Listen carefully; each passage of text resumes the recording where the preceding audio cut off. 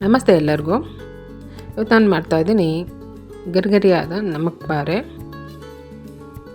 ತುಂಬ ಚೆನ್ನಾಗುತ್ತೆ, ಮಾಡೋದು ತುಂಬ ಸುಲಭ, ತುಂಬಾ ಗರಿಗರಿಯಾಗಿ ತುಂಬ ಚೆನ್ನಾಗಾಗ್ತವೆ.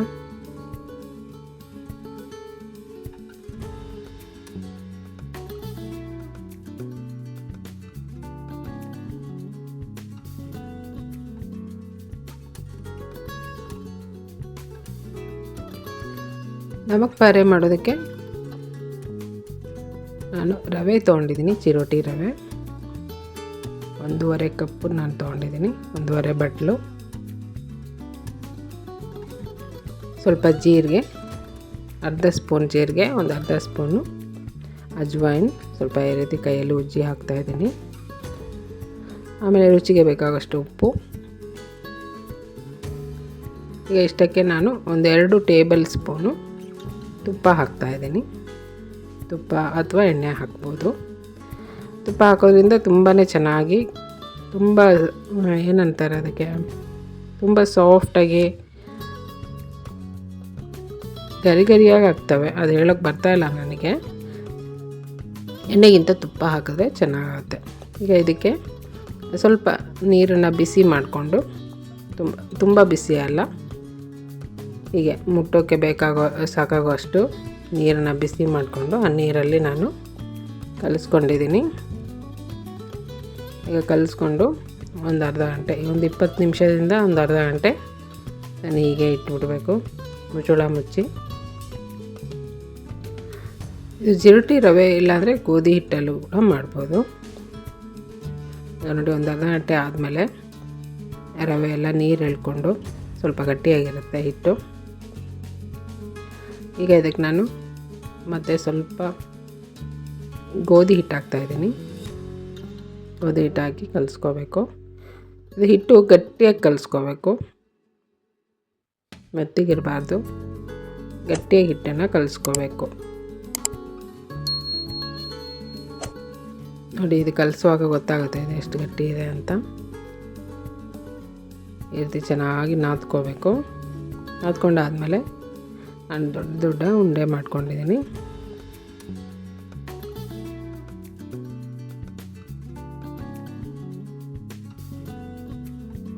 ಈಗ ಇದನ್ನು ಲಟ್ಟಿಸ್ಕೋತೀನಿ.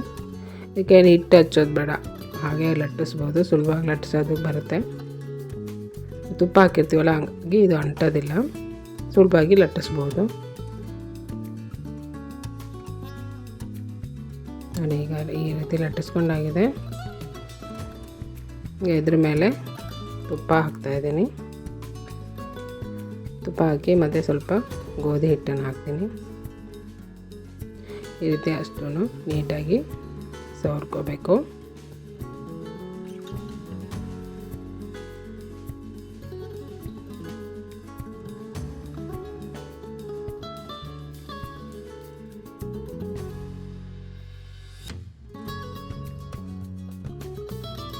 ಈ ರೀತಿ ತುಪ್ಪ ಎಲ್ಲ ಸವರ್ಕೊಂಡ್ಮೇಲೆ ನೋಡಿ, ಈ ರೀತಿ ಫೋಲ್ಡ್ ಮಾಡಬೇಕು.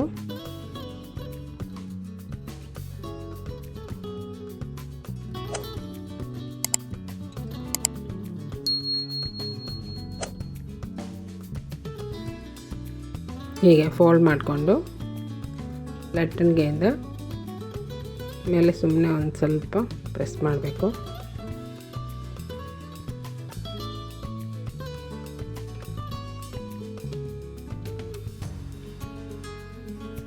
ಈ ರೀತಿ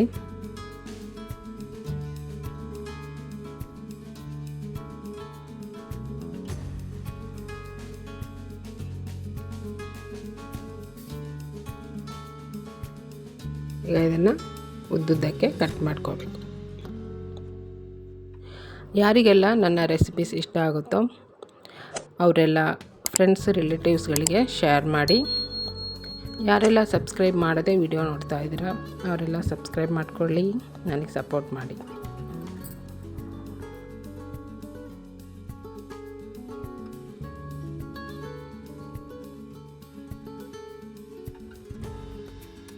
ಇದನ್ನು ಒಂದು ಪ್ಲೇಟಿಗೆ ತೆಗೆದಿಟ್ಕೋತಾ ಇದ್ದೀನಿ. ನಾನು ಸ್ಟವ್ ಮೇಲೆ ಎಣ್ಣೆ ಕಾಯೋದಕ್ಕೆ ಇಟ್ಟಿದ್ದೀನಿ, ಮೀಡಿಯಮ್ ಫ್ಲೇಮ್ ಇಟ್ಟು. ಎಣ್ಣೆ ಕಾದಿದೆಯಾ ಅಂತ ಚೆಕ್ ಮಾಡಿಬಿಟ್ಟು ನಮಕ್ ಪಾರೆನ ಎಣ್ಣೆಯಲ್ಲಿ ಹಾಕ್ತಾಯಿದ್ದೀನಿ. ಮೀಡಿಯಮ್ ಫ್ಲೇಮ್ ಇಟ್ಕೊಂಡು ಫ್ರೈ ಮಾಡಬೇಕು. ಚೆನ್ನಾಗಿ ಒಳಗಡೆಯಿಂದ ಗರಿಗರಿಯಾಗಿ ಆಗುತ್ತೆ. ಫ್ರೈ ಮಾಡೋಕ್ಕೆ ತುಂಬ ಹೊತ್ತೂ ಹಿಡಿಯಲ್ಲ, ಬೇಗ ಫ್ರೈ ಆಗ್ತವೆ.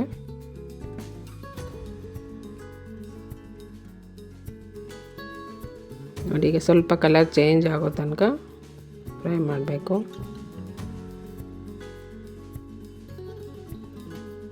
ನೋಡಿ, ಈಗ ಆಗಿದೆ. ಇದು ಇಷ್ಟಾದರೆ ಸಾಕು, ಅಥವಾ ಇನ್ನೂ ಸ್ವಲ್ಪ ಕೆಂಪಗೆ ಬೇಕಂದ್ರೂ ಮಾಡ್ಕೋಬೋದು. ಈಗ ಗರಿಗರಿಯಾದ ನಮಕ್ ಪಾರೆ ರೆಡಿ ಇದೆ.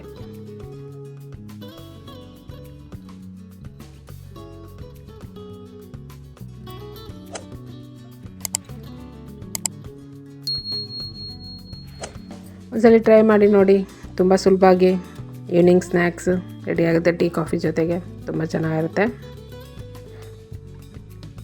ನನ್ನ ವಿಡಿಯೋ ಇಷ್ಟ ಆದರೆ ಲೈಕ್ ಮಾಡಿ, ಶೇರ್ ಮಾಡಿ, ಸಬ್ಸ್ಕ್ರೈಬ್ ಮಾಡಿ. Thank you.